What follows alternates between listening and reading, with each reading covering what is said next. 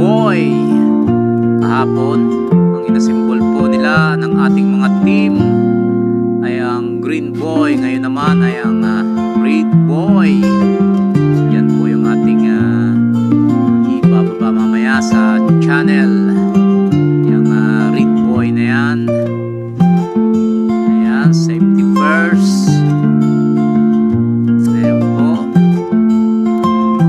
Ingat lang mga kasama.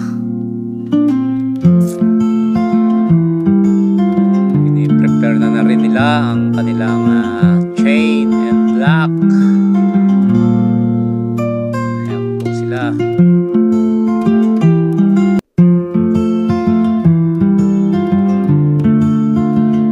Thank you po sa lahat ng sumusuporta sa channel ko, ang Team Nganibaya. Maraming salamat po sa inyong lahat. Thank you very much to all. Sa lahat po ng nanonood at manonood pa, thank you!